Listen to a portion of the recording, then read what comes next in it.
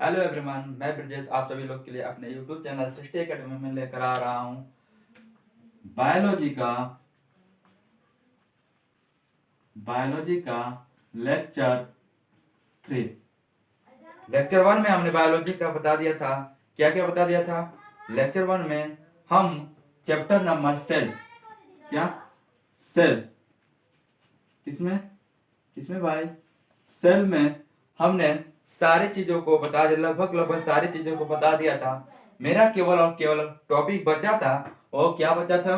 केंद्रक यानी न्यूक्लियस।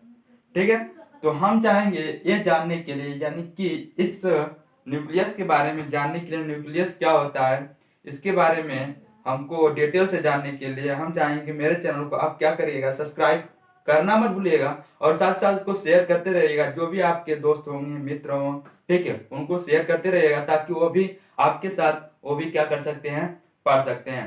ठीक है, तो देखिएगा, यानी कि बायोलॉजी से क्वेश्चन क्या पूछता है, क्वेश्चन यानी केंद्रक से क्या क्वेश्चन पूछते हैं, ठीक है, उसके बारे में हम आज क्या करेंगे, देखेंगे। ठीक है, इधर आपको दिख रहा होगा, इधर क्या दिख रहा होगा, इधर आपको एक न्यूक्लियस का फिगर दिख रहा होगा। ठीक है ना, न्यूक्लियस का क्या दिख रहा होगा, फिगर दिख रहा होगा। और सेंटर में देखो, क्या सेंटर में क्या दिख रहा है, केंद्रक। जो बीच में है वही क्या है, केंद्रक है, और जो चारों तरफ दिख रहा होगा वह क्या है, वह आपका है सेल। वह क्या है, सेल है। ठीक है ना, देखो जैसे हमने क्या आपको बताया था, हमने यही बताया था ना कि ये क्या है, सेल है। यह क्या है, सेल है। यहाँ पे क्या है, मान लो माइक्रोकांडिया है। यहाँ पे क्या है, गाल्जी बॉडी है। यहाँ पे क्या है, वॉकुल्स है। ठीक है, यानी राजधानी है। ठीक है, यहाँ पे क्या है, सेंट्रोसोम है। यहाँ पे क्या है, अल्फा राइबोसोम है। यहाँ पे क्या है, ईआर है, यानी एंडोप्लाज्मिक रेटिकुलम है। और इसी के बीच में हमारा क्या है, न्यूक्लियस है। इसी के बीच में क्या है, हमारा न्यूक्लियस है। ठीक है ना, अब न्यूक्लियस क्या होता है देख लो इधर। न्यूक्लियर मतलब जो न्यूक्लियस होता है, इसकी खोज किसने किया था, रॉबर्ट हुक ने किया था। किसने किया था, रॉबर्ट हुक ने किया था। यहां तक बात क्लियर है? किसने खोज किया, रॉबर्ट हुक ने किया था। बात समझ में आई ना? अब बात करेंगे, यह कोशिका के मध्य में स्थित हुआ। आपको फिगर में दिख रहा होगा, यह कोशिका के मध्य में स्थित हुआ। आपको फिगर में दिख रहा होगा, देखो दिख रहा है ना, रेड कलर का। वो बीच में क्या होता है, बीच में स्थित होता है, यानी कोशिका के बीच में स्थित होता है। ठीक है ना, अब देखो, इसे कोशिका का दिमाग भी कहा जाता है, यानी ब्रेन भी कहा जाता है। किसे किसे कहा जाता है, केंद्रक को। कोशिका क्या कहा जाता है, ब्रेन भी कहा जाता है, दिमाग भी कहा जाता है। ठीक है ना, क्वेश्चन पूछा भी जाता है, रेलवे में भी पूछा था। रेलवे में भी पूछा था क्या, कोशिका का जो ब्रेन होता है वह क्या होता है, उसका क्या नाम है, कोशिका का ब्रेन क्या है। ठीक है ना, तो किसमें पूछा था, रेलवे में भी पूछा था। यहाँ से क्वेश्चन रेलवे में भी आया था, इसलिए हमने इसको क्या कर दिया, यहाँ पे अंडरलाइन कर दिया। यार देखो, यही क्वेश्चन पूछा था रेलवे में। ठीक है ना, तो हो सकता है चांस बन सकता है आपके यूपी पुलिस में भी पूछने का चांस बन सकता है। ठीक है, उसके बाद देखिएगा, इसमें क्या होता है, इसमें प्रोटीन 80% होता है। इसमें क्या होता है, प्रोटीन 80% होता है। उसके बाद ध्यान देखिएगा, इसमें और क्या होता है, डीएनए 20% होता है। डीएनए क्या होता है, 20% होता है। अब डीएनए में क्या होता है, डीएनए में ही होता है आरएनए होता है। क्या होता है, आरएनए। डीएनए में क्या होता है, आरएनए होता है। लगभग 2 या 3% होता है। लगभग क्या होता है, 2 या 3% होता है। कभी कभार क्वेश्चन पूछता है कि आनुवांशिकता का वाहक किसे कहा जाता है, तो डीएनए को कहा जाता है। आनुवांशिकता का वाहक किसे कहा जाता है, डीएनए को कहा जाता है। अब डीएनए में ही देखो, यहाँ डीएनए हो गया, आरएनए हो गया, और इसी में क्या होता है, इसी में होता है आपका जीन होता है। क्या होता है, जीन होता है। इसी में क्या होता है, जीन होता है। यहाँ तक बात समझ में आ रही है? इसी में देखो, डीएनए होता है, आरएनए होता है, जीन होता है। ठीक है ना, तो इसको हम अभी बताएंगे, इसके बाद बताएंगे कि डीएनए क्या होता है, आरएनए क्या होता है, जीन क्या होता है। ठीक ना, अब बात करेंगे कि देखो, एक तो है रॉबर्ट हुक, एक है क्या, रॉबर्ट ब्राउन। यानी कि रॉबर्ट जो हुक है, रॉबर्ट हुक, इन्होंने किसका खोज की थी, या किसका खोज किया, इन्होंने किया था सेल यानी कोशिका का। किसका खोज किया था, कोशिका का। और जो रॉबर्ट हुक है, इन्होंने किसकी खोज की थी, इसकी खोज की थी केंद्रक की। तो अब देखो, दोनों में रॉबर्ट है, दोनों में क्या है, Robert. Robert A B, Robert A B. अब नाम कैसे याद रखेंगे, नाम कैसे याद रखेंगे, या कभी कभार कंफ्यूजन हो जाता है यार रॉबर्ट है कि ब्राउन है, रॉबर्ट है कि ब्राउन है। तो देखो जैसे हम कोई फल खाते, जैसे कि आपको खा लो बैर हो गया, हाँ आम हो गया, गुठली उठली खाते हैं ना। देखो आम जब खाते हैं तो खाने के बाद उसका क्या होता है, जो चारों तरफ से कवर होता है, जो आम चारों तरफ से कवर, वो क्या हो गया, सेल हो गया। ठीक है, ये हमारा आम है। ठीक है, ये क्या है हमारा, मान लो क्या है, ये आम है। ठीक है, अब इस आम में बीच में क्या होता है, गुठली होता है ना, बीच में क्या होता है, गुठली होता है। अब देखो चारों तरफ से आम को क्या कर देंगे, खा जाएंगे, खा जाएंगे। अब आम को खा जाते, जब आम को हम खा जाए, जो पीला पीला जैसा होता है, इसको हम खा जाते हैं ना, तो खा जाते हैं तो वह क्या हो गया, सेल हो गया। वो क्या हो गया, सेल हो गया, कोशिका हो गया। अब ये जो गुठली बची है, यही क्या है, केंद्रक। तो गुठली जब देखते हो लास्ट में, जब हम गुठली खा लेते हैं तो कैसा होता है, उसका कलर ब्राउन होता है। उसका कलर कैसा होता है, ब्राउन होता है ना, भूरा होता है। तो उससे याद रखेंगे बीच में क्या होता है, आम, आम खा लें। ठीक है, तो बीच में क्या होता है, गुठली, गुठली कैसी होती है, भूरी होती है, ब्राउन होती है। तो जो जो बीच में क्या होता है, केंद्रक होता है। बीच में क्या होता है, केंद्रक। केंद्रक की खोज किसने किया था, केंद्रक की खोज किसने किया, इधर इधर देखो, केंद्रक की खोज किसने किया था, रॉबर्ट ब्राउन ने। किसने किया था, रॉबर्ट ब्राउन ने किया था। यहां तक बात क्लियर है, बोलिए, यहां तक बात क्लियर है। ठीक है, तो देखिएगा, अब इसके बाद हम चलते हैं किस पे, इसके बाद हम चलते हैं आपके इस पे, अभी हमने लिखा ना क्या, डीएनए, आरएनए और जीन, यह क्या होता है। अब देखिएगा केंद्रक में ये होता है क्या, क्रोमोसोम होता है। केंद्रक में क्या होता है, क्रोमोसोम होता है। ठीक है ना, केंद्रक में देखो, केंद्रक में क्या होता है, क्रोमोसोम होता है। ठीक है ना, केंद्रक में क्या होते हैं, क्रोमोसोम होते हैं। क्रोमोसोम को कहा जाता है क्या, गुणसूत्र कहा जाता है। क्या कहा जाता है, गुणसूत्र कहा जाता है। बोलो बात समझ में आ रही कि नहीं आ रही, यहां तक क्लियर है। यहाँ तक जितना हम बताएं, इसमें किसी को दिक्कत है, एक बार फिर से देखते हैं। ठीक है, देखो एक बार फिर से क्या देखते हैं। देखिए केंद्रक है, ठीक है, केंद्र की खोज किसने की थी, रॉबर्ट ब्राउन ने। किसने किया था, रॉबर्ट ब्राउन ने किया था। बात समझ में आ रही, यहाँ तक क्लियर है। उसके बाद इसकी खोज, यानी जो खोज हो गया, अब यह कोशिका के मध्य में होता है। फिगर में दिख रहा है, हाँ फिगर में दिख रहा है। इसे कोशिका का दिमाग भी कहा जाता है। इसे क्या कहा जाता है, ब्रेन भी कहा जाता है। किसका, कोशिका का। ठीक है ना, अब इसमें प्रोटीन 80% होता है, और डीएनए कितना होता है, 20% होता है। आरएनए कितना, 2 या 3% होता है। ठीक, अब आगे बात करते हैं। देखो सेल की खोज यानी डिस्कवरी, जो सेल की डिस्कवरी किसने किया था, रॉबर्ट हुक ने किया था। ठीक है ना, ये कहाँ होता है, मतलब कि बाहर जो होती कोशिका ना, उसके चारों तरफ से कोशिका को देखा किसने, रॉबर्ट हुक। ठीक है, कोशिका को जो हुक से निकालते हैं ना, जैसे कि मान लो एक कोशिका, ये हमारी सभी की सभी सेलें हैं। अब इन सेलों को हम पकड़े कैसे निकालेंगे, बताओ, इन सेल को हम पकड़े कैसे निकालेंगे, जरा बताइए तो। मान लो इस सेल को हमको पकड़ के निकालना है, कैसे, किसी चिमटी से या किसी हुक से पकड़ के निकालेंगे। तो सेल को जब हम निकाल रहे हैं किसी हुक के माध्यम से, तो हुक आ रहा ना, तो खोज किसने कर दिया, सेल की खोज, रॉबर्ट हुक। अब देखिएगा गुठली जो खा रहे हैं वो कैसी है, ब्राउन है। वो कैसी है, ब्राउन है। तो क्रोमोसोम किसमें होता है, केंद्रक में होता है। इधर फिगर में दिख रहा होगा, ठीक है ना, क्रोमोसोम कैसा होता है। ठीक है ना, इसका आकार देखिए कैसा होता है, एक्स नुमा ना, कैसा, एक्स नुमा। देखो ए ऐसे फिगर दिख रहा है, देखो ऐसे बना, ऐसे ऐसे ऐसे ऐसे ऐसे, ठीक है ना, ऐसे। ये क्या होते हैं, क्रोमोसोम होते हैं। ठीक है ना, अब देखिएगा मानव में बात करते हैं, हम मनुष्यों में बात करते हैं, क्रोमोसोम की संख्या कितनी होती है।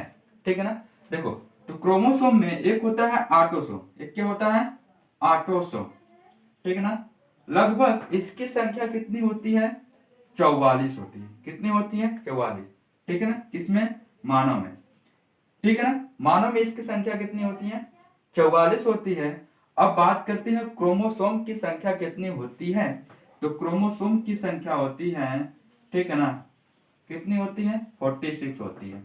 यदि पेयर में पूछा जाए, किसमें, पेयर में पूछा जाए कि इस क्रोमोसोम की संख्या कितनी होती है, तो पेयर में होते हैं 23। पेयर में कितने होते हैं, 23 होते हैं। ठीक है ना, क्रोमोसोम पेयर में कितने होते हैं, मनुष्य में 23 जोड़ी होती हैं। ठीक है ना, इसी को बोलते हैं जोड़ी। ठीक है ना, क्या बोलते हैं, जोड़ी बोलते हैं। ठीक, बात समझ में आ रही है। क्रोमोसोम यह कहाँ होता है, केंद्रक के अंदर पाए जाते हैं। कहाँ पाए जाते हैं, केंद्रक के यानी न्यूक्लियस के अंदर पाए जाते हैं। ठीक है, यह का आकार कैसा होता है, एक्सनुमा होता है, ठीक है ना। और इसमें क्या होता है, ऑटोसोम, क्या मानव में ऑटोसोम होता है जिसकी संख्या क्या होती है, 44 होती है, चाहे वो मेल हो चाहे फीमेल हो, चाहे क्या हो, फीमेल हो, ठीक है ना। उसमें क्या होगा, 44 होगा, ठीक, बात समझ में आई। अब देखिएगा, अब यहाँ पे क्रोमोसोम की संख्या कितनी हो गई, 46 हो गई, कितनी, 46 हो गई, यानी 46 हो गई। अब पूछा जाए कि क्रोमोसोम जोड़ी में कितने जोड़ी पाए जाते हैं, तो 23 जोड़ी पाए जाते हैं, ठीक है ना। यानी पूछा जाए कि मनुष्यों में गुणसूत्रों की संख्या कितनी पाई जाती है या कितनी होती है, गुणसूत्रों की संख्या पूछी जाए तो कहेंगे 46, क्या कहेंगे, 46 कहेंगे। और जब पूछा जाए कि मनुष्यों में कितनी जोड़ी गुणसूत्र पाए जाते हैं तो कितने जोड़ी, 23 जोड़ी गुणसूत्र पाए जाते हैं, इतना याद रखेंगे। अब देखिएगा, इसका आकार कैसा होता है, एक्सनुमा होता है, इसका आकार कैसा होता है, एक्सनुमा होता है। यहां तक क्लियर है, यहां तक क्लियर है कि नहीं क्लियर है। अब इधर देखिएगा, कुछ जीवों में क्रोमोसोम पाए, जैसे जीवाणु, जीवाणु में क्रोमोसोम की संख्या कितनी होती है, एक होती है, कितनी होती है, एक होती है। मेढक में 26 होते हैं, बिल्ली में 38 यानी 38 होते हैं, मच्छर में कितने होते हैं, 6 होते हैं, घोड़ा में कितने होते हैं, 64 यानी 64 होते हैं, कुत्ता में कितने होते हैं, 78 यानी 68 होते हैं, कबूतर में कितने होते हैं, 80 होते हैं। और टेरिडोफाइट्स होता है, एक जीव होता है जिसमें क्या होते हैं, 1600 गुणसूत्र पाए जाते हैं, 1600 क्रोमोसोम पाए जाते हैं। यह क्या होता है, सर्वाधिक होता है, सबसे अधिक होता है। यह क्या होता है, सर्वाधिक होता है, सबसे अधिक पाए जाने वाला गुणसूत्रों की संख्या किसमें होती है, टेरिडोफाइट्स में होती है, किसमें होती है, टेरिडोफाइट्स में होती है। और एक गुणसूत्र किसमें पाए जाते हैं, जीवाणु में पाए जाते हैं, ठीक है ना। कितने पाए जाते हैं, जीवाणुओं में पाए जाते हैं, किसमें पाए जाते हैं, जीवाणु में पाए जाते हैं। यहाँ तक बात क्लियर है। गुणसूत्र के उधर क्या दिख रहे होंगे, यहाँ गुणसूत्र के क्या दिख रहे होंगे, उधर फिगर दिख रहा है, हमने यहाँ पे फिगर बनाया है। अब हम बात करते हैं कि इसके अंदर होता है, अब इसको क्या किया गया, थोड़ा सा जूम किया गया, यानी क्या किया गया, इसको पकड़ के खींचा गया, ठीक है ना, इसको क्या किया गया, पकड़ के खींचा गया, ठीक है। अब देखो कैसे, इधर से यदि हम इसको थोड़ा सा इसको पकड़ के खींचे, इसको क्या किए, इसको पकड़ के खींचे, मान लो इसको पकड़ के हमने खींचा तो कुछ ऐसा स्प्रिंग जैसा बनना स्टार्ट हो गया, कैसा, स्प्रिंग जैसा बनना। इसको यानी कि जो एक्सनुमा है इसको हमने क्या किया, पकड़ के खींचा, ऐसे पकड़ के खींचा, है ना, ऐसे पकड़ के क्या किया, खींचा। जब खींचा तो ऐसा स्प्रिंग जैसा बन गया, कैसा, स्प्रिंग जैसा। और इसी स्प्रिंग जैसे में क्या पाए जाते हैं, डीएनए, क्या पाए जाते हैं, डीएनए पाए जाते हैं, और क्या पाए जाते हैं, आरएनए, ठीक है, क्या पाए जाते हैं, डीएनए और आरएनए पाए जाते हैं। अब उसके बाद यहां तक बात समझ में, ये क्या है, हमारा क्रोमोसोम है, ये क्या है, क्रोमोसोम है, ठीक है ना, ये क्या है, हमारा क्रोमोसोम है। अब क्रोमोसोम को हमने क्या किया, पकड़ के जूम किया, यानी पकड़ के खींचा। जब हमने इसको खींचा तो स्प्रिंग जैसा संरचना बन गई, और स्प्रिंग जैसे संरचना में क्या पाया जाता है, डीएनए और आरएनए पाया जाता है। यहाँ तक बात समझ, डीएनए और आरएनए कहाँ पाया जाता है, क्रोमोसोम में पाया जाता है, फिगर देख लीजिएगा उधर, ठीक है। अब इसको, अब देखिएगा, अब हमने स्प्रिंग जैसे संरचना, जो ये स्प्रिंग संरचना है ना, अब इसको और पकड़ के खींचा, क्या किया, इसको और हमने पकड़ के खींचा। जब इसको हम और पकड़ के खींचे, मान लो इसको हम पकड़ के खींचे तो कुछ ऐसा स्प्रिंग जैसा बन गया, लो ऐसा बन गया, है ना। इसको हमने कुछ क्या किया, पकड़ के और खींचा तो और स्प्रिंग जैसा बन गया। जब और स्प्रिंग जैसा बन गया तो इसको क्या कहा गया, जीन कहा गया, क्या कहा गया, ये क्या है, जीन है, ये क्या किया, जीन है। अब बात आती है, क्वेश्चन पूछा जाता है, रेलवे में क्वेश्चन पूछा था, क्या पूछा था कि जो जीन होता है, ठीक है ना, जीन की खोज किसने किया था, जोहानसन ने किया था, किसने किया था, जोहानसन ने किया था। बात समझ में आ रही थी, जीन की जो है, जीन है, किसने किया, खोज किया, जोहानसन। या क्वेश्चन पूछ सकता है, अनुवांशिकता का वाहक, अनुवांशिकता का वाहक लिख लेते हैं, अनुवांशिकता का वाहक क्या होता है, अनुवांशिकता का वाहक किसको कहा जाता है, अनुवांशिकता का वाहक किसको कहा जाता है, तो अनुवांशिकता का वाहक जीन को ही कहा जाता है, किसको कहा जाता है, जीन को ही कहा जाता है। अनुवांशिकता का वाहक किसको कहा जाता है, जीन को ही कहा जाता है। यहाँ तक बात समझ में आ रही, बोलो यहाँ तक कोई दिक्कत, यहाँ तक कोई दिक्कत नहीं। हमने क्या किया था, ये जो क्रोमोसोम है बस उसी को पकड़ के खींचना स्टार्ट किया था, उसी को जो पकड़ के खींचना स्टार्ट किया था तो उसी में हमको क्या मिला, डीएनए, आरएनए मिल गया, जीन मिल गया, 3-4 चीजें हमको इसी में मिल गया। अब हम चर्चा करेंगे किस पे, इसी पे, डीएनए और आरएनए क्या होता है और ये किस में पाया जाता है। तो डीएनए और आरएनए पाए जाते हैं किसमें पाए जाते हैं, किसमें भैया, न्यूक्लियस यानी केंद्रक में ही पाए जाते हैं। तो इसको हम बोलते हैं न्यूक्लियस एसिड। किसमें, न्यूक्लियस एसिड में ही क्या पाए जाते हैं, डीएनए और क्या पाए जाते हैं, आरएनए पाए जाते हैं। अभी हम इसको क्या बताएं, डीएनए और आरएनए क्या होता है। ठीक है, डीएनए को हम क्या बोलते हैं, ठीक है, deoxy ribo nucleic acid, RNA क्या बोलते हैं, राइबो न्यूक्लिक एसिड बोलते हैं। बात समझ में आ रही है कि नहीं आ रही है, इसमें किसी को दिक्कत है ना, यानी क्रोमोसोम सारे बात समझ में आई। हमने यहाँ फिगर ड्रा करके भी बता दिया और उधर फिगर में आपको दिख भी रहा होगा, है कि नहीं। ठीक है, मान लो हमने बनाने में थोड़ा सा दिक्कत हो गया होगा, यानी कुछ ऐसे से बनाने में, लेकिन आपको क्या दिख रहा होगा, उधर फिगर में दिख रहा होगा ना, बना हुआ। ठीक है, तो वो क्या होता है, हमारा क्रोमोसोम होता है। अब हम बात करेंगे डीएनए और आरएनए क्या, इस एसिड में क्या क्या होते हैं, डीएनए और आरएनए होता है। न्यूक्लियस एसिड में क्या क्या होते हैं, डीएनए और आरएनए होता है। और डीएनए का फुल फॉर्म होता है डीऑक्सीराइबोन्यूक्लिक एसिड होता है। क्या होता है, डीऑक्सीराइबोन्यूक्लिक एसिड होता है, जो कि हम यहाँ पे साफ शब्दों में लिखे हैं। डीएनए का फुल फॉर्म क्या है, डीऑक्सीराइबोन्यूक्लिक एसिड होता है। ठीक है, और इधर देखिएगा आरएनए का फुल फॉर्म क्या होता है, राइबोन्यूक्लिक एसिड होता है। क्या होता है, राइबोन्यूक्लिक एसिड।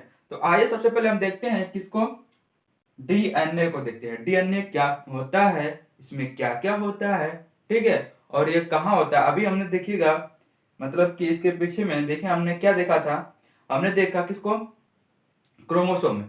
क्रोमोसोम में जो हम क्रोमोसोम को खींच रहे थे ना, क्रोमोसोम को, इसे देखिएगा ये क्या था, एक एक्शन में क्रोमोसोम था, इसको हम क्या कर रहे थे, खींच रहे थे, तो ऐसे आ रहा था ना, इसी में क्या था, डीएनए और आरएनए था, है ना। अब आगे चलते हैं, तो इसी डीएनए और आरएनए को हम देखते हैं। तो डीएनए है, डीएनए का फुल फॉर्म है डीऑक्सीराइबोन्यूक्लिक एसिड होता है। उसके बाद इसकी संरचना देखिए क्या होता है, डबल स्टैंडर्ड की होती है। इसकी संरचना कैसी होती है, डबल स्टैंडर्ड की होती है। अब इधर देखिएगा आपका फिगर, यानी कि डबल हेरिकल होती है ना, यानी कि ऐसे संरचना में क्या होता है क्या, डीएनए। ऐसी संरचना जब कभी हम देखेंगे ना, ऐसी संरचना उसको क्या कहते हैं, डीएनए। ठीक है, बात समझ में आ रही है। ठीक है, अभी देखिएगा फिगर में आपको दिख रहा होगा, देखिए यहाँ पे दिखाते हैं आपको, यहाँ पे दिखेगा, यहाँ पे एक आपको दिख रहा होगा फिगर, ठीक है, जो कि डीएनए है और आरएनए दोनों है। डीएनए और आरएनए क्या, डीएनए देखिए इस टाइप है और आरएनए क्या उस तरफ है। ठीक है ना, बात समझ में, देखो कैसे है, डबल हेरिकल है ना, डबल हेरिकल, बात समझ में आ रही है कि नहीं। उसी तरह हमने यहाँ पे बनाया है, उसी तरह हमने क्या किया है, यहाँ पे बनाया है, क्या बनाया है, डीएनए। ठीक, ऐसा होता है। आगे चलें, अब आगे चलते हैं। डीएनए को सर्वप्रथम किसने देखा, डीएनए को सर्वप्रथम, यानी कि जब क्रोमोसोम से जूम किया गया ना, तो उसमें डीएनए को सर्वप्रथम किसने देखा, कार्लसबर्ग। पूछा जाता क्वेश्चन, डीएनए को सर्वप्रथम किसने देखा, तो किसने देखा, कार्लसबर्ग ने देखा। ठीक है, अब देखिएगा, तो इन्होंने देखा, तो भारतीय भी किसी से कम नहीं होते हैं। ठीक है, भारतीय भी क्या होते हैं, किसी भी, मतलब कि हर क्षेत्र में शुरू से ही भारतीय क्या होते हैं, हर क्षेत्र में कहीं ना कहीं अपना कुछ योगदान देता आ रहा है। और उस टाइम भी इसने क्या देखा, हरगोविंद खुराना जी ने क्या देखा, यानी कि डीएनए को प्रयोगशाला में कौन देखा, हरगोविंद खुराना जी ने क्या किया, देखा। किसको देखा, डीएनए को देखा। किसने देखा, भारतीय मुल्क के थे हरगोविंद खुराना जी। इन्होंने क्या किया, इन्होंने डीएनए को क्या किया, देखा। ठीक, यहाँ तक बात क्लियर है। उसके बाद डीएनए में क्या होता है, फास्फोरस तत्व पाए जाते हैं।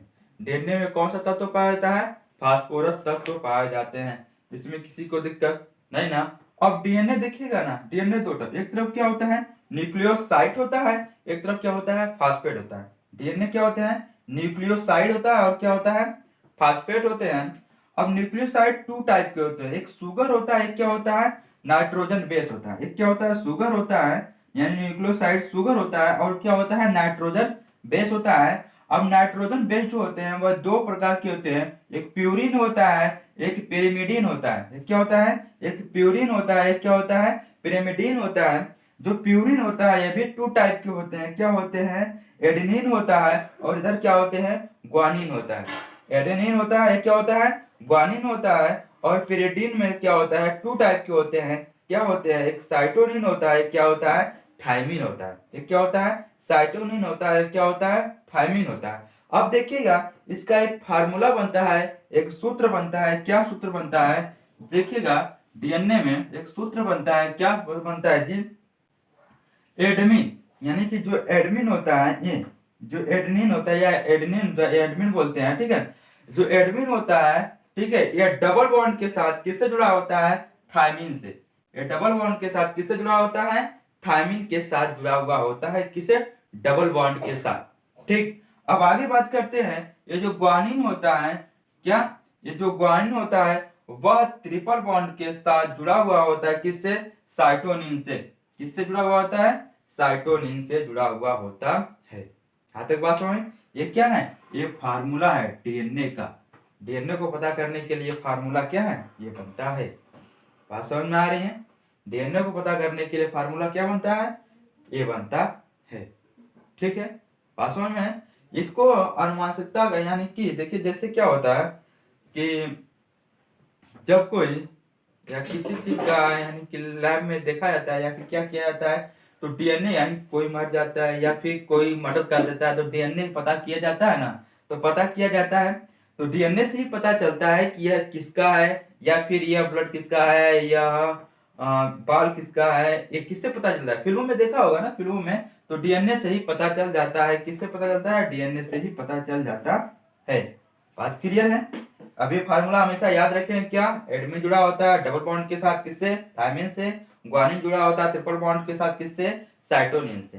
ठीक है ना, बात समझ में आई। ये क्या होता है, डबल हेरिकल होता है। क्या होता है, डबल हेरिकल होता है, यानी कि इसकी जो संरचना कैसे होती है, डबल हेरिकल होती है। यहाँ तक क्लियर है, इसमें कोई डाउट नहीं ना, बात समझ में आ रही है। चलो अब आगे चलते हैं, आरएनए। आगे चलते हैं, क्या, आरएनए। आरएनए में क्या होता है, देखिएगा आरएनए का फुल फॉर्म होता है राइबो न्यूक्लिक एसिड। आरएनए का फुल फॉर्म क्या होता है, राइबो न्यूक्लिक एसिड। और इसमें देखिएगा, इसमें राइबोज शुगर पाया जाता है। इसमें क्या पाया जाता है, राइबोज शुगर पाया जाता है। अब राइबोज शुगर क्या जो होता है वह क्या करता है, प्रोटीन का संश्लेषण करता है, यानी प्रोटीन बनाता है। ठीक है ना, ये क्या करता है, प्रोटीन बनाता है। यहाँ तक कोई दिक्कत, यहाँ तक कोई दिक्कत नहीं ना। अब उसके बाद देखिएगा जो इसकी संरचना होती है ना, वह सिंगल हेरिकल होती है। इसकी संरचना कैसी होती है, सिंगल हेरिकल होती है। जो इसकी संरचना होती है वो कैसी होती है, देखो यहाँ पे सिंगल दिख रहा है ना, इधर क्या दिख रहा था, इधर क्या दिख रहा था, डबल दिख रहा था, और इधर क्या दिख रहा है, सिंगल दिख रहा है। दिख रहा है कि नहीं दिख रहा है, दिख रहा है। इसकी संरचना कैसे होती है, सिंगल हेरिकल होती है, यानी कि सिंगल स्टैंडर्ड की होती है। बात समझ में आ रही है। ये क्या करता है, यह प्रोटीन का संश्लेषण करता है। क्या करता है, प्रोटीन का संश्लेषण करता है या प्रोटीन बनाता है। यहाँ इसमें कोई दिक्कत नहीं ना। चलिए अब आरएनए के प्रकार होते हैं। आरएनए 3 प्रकार से होते हैं। आरएनए क्या होते हैं, 3 प्रकार के होते हैं। पहला क्या होता है, एमआरएनए। दूसरा क्या होता है, टीआरएनए। तीसरा क्या होता है, आरआरएनए होता है। अब देखिएगा एमआरएनए क्या होता है, मैसेज का काम करता है। और क्या होता है, टीआरएनए क्या होता है, ट्रांसपोर्टेशन का काम करता है, यानी परिवहन का कार्य करता है। और आरएनए क्या होता है, राइबोसोम होता है, या क्या करता है, प्रोटीन बनाता है। क्या करता है, प्रोटीन बनाता है। इसमें किसी को डाउट नहीं ना। अब बात करते हैं, जैसे देखिएगा आरएनए का काम क्या होता है। जैसे आरएनए जो होता है ना, यह क्या करता है, जैसे कि प्रोटीन आ रहा होता है ना, प्रोटीन जैसे प्रोटीन आ रहा होता है ना, तो वो क्या करता है, चुपचाप देखता रहता है, देखते रहता है। जब वही प्रोटीन आता है, जब वही क्या होता है, प्रोटीन आता है, यह तुरंत मैसेज देता है किसको, तुरंत संदेशा देता है किसको, यह देता है किसको, टीआरएनए को। अब टीआरएनए दौड़ते दौड़ते दौड़ते आता है और कहता है हमको दे दो, यानी कि टी इसको क्या किया, मैसेज किया व्हाट्सएप से, फोन से, ठीक है, हेलो हेलो आ जाओ, हमको क्या मिल गया, प्रोटीन मिल गया।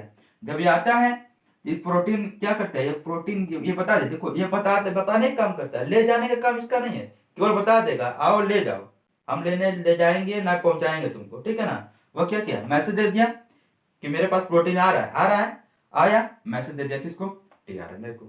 ठीक है, अब टीआरएनए क्या कर रहा है, दौड़ता दौड़ता आएगा, उसको क्या कर लेगा, रिसीव कर लेगा। क्या कर लेगा, और रिसीव कर लेगा, यानी रिसीव जब उसको किया, अब उसको रिसीव जब करता है ना, तो ले जाके कहा देता है, आरआरएनए को। ठीक है, क्या किया, टी जो ट्रांसफर हो गया, मतलब रिसीव किया ना प्रोटीन को, अब वो ले जाके किसको दे देगा, आरआरएनए को देगा।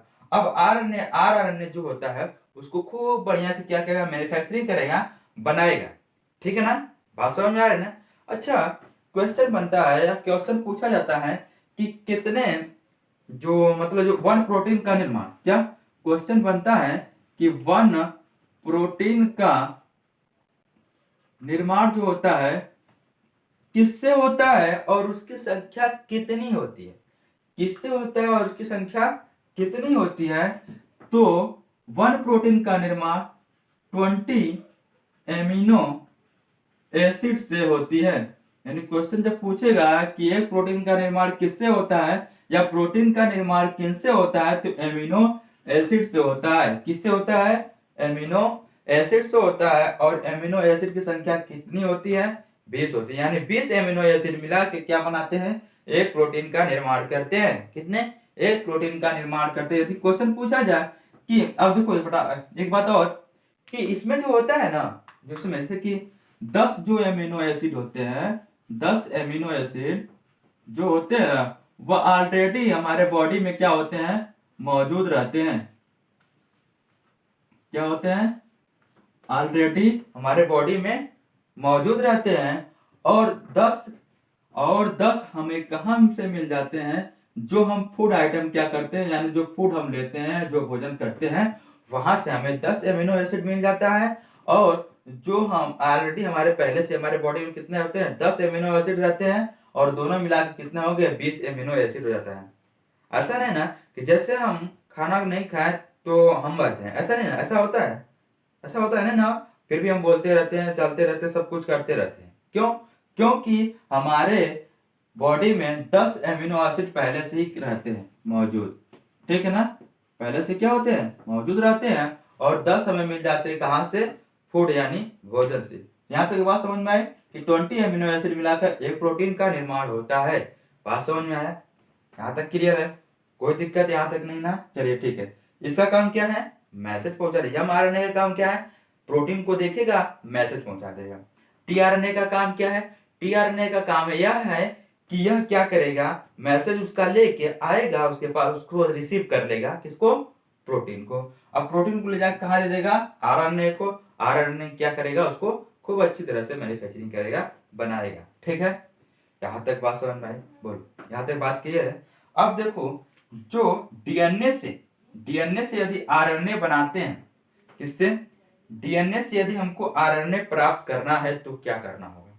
डीएनए से यदि हम आरएनए प्राप्त करते हैं, ट्रांसक्रिप्शन कहते हैं। यानी इस विधि को, डीएनए से हम आरएनए को प्राप्त करते हैं तो क्या बोलते हैं, ट्रांसक्रिप्शन विधि कहते हैं। और आरएनए से जब हम क्या करते हैं, आरएनए से हम क्या करते हैं, डीएनए जब प्राप्त करते हैं, रिवर्स ट्रांसक्रिप्शन कहते हैं। क्या है, रिवर्स ट्रांसक्रिप्शन कहते हैं। क्या कहते हैं, रिवर्स ट्रांसक्रिप्शन कहते हैं।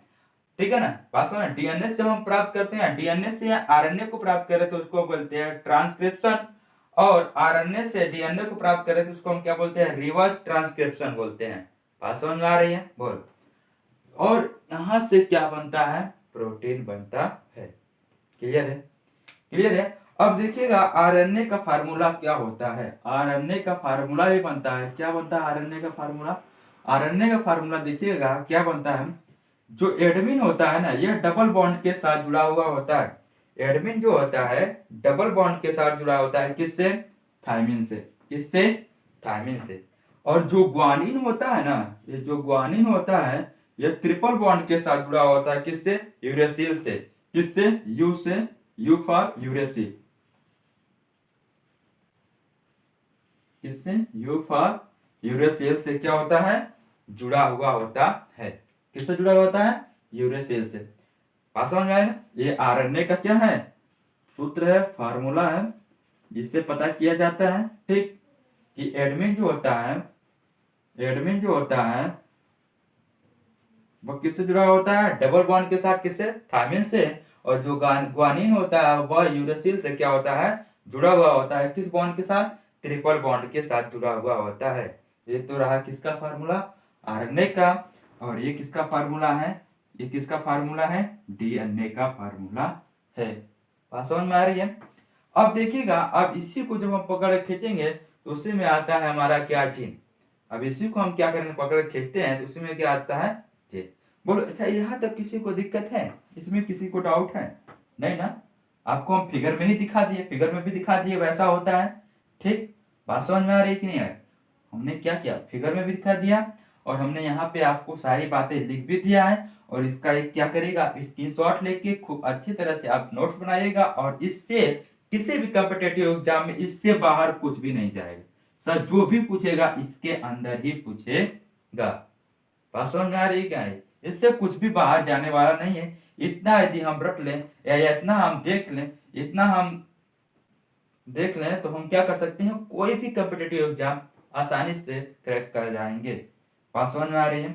ये सभी क्या है, ये सभी के सभी न्यूक्लियस एसिड के क्या है भाग, क्या है डीएनए है और ये क्या है आरएनए। ठीक है, तो आज के लिए इतना ही, धन्यवाद।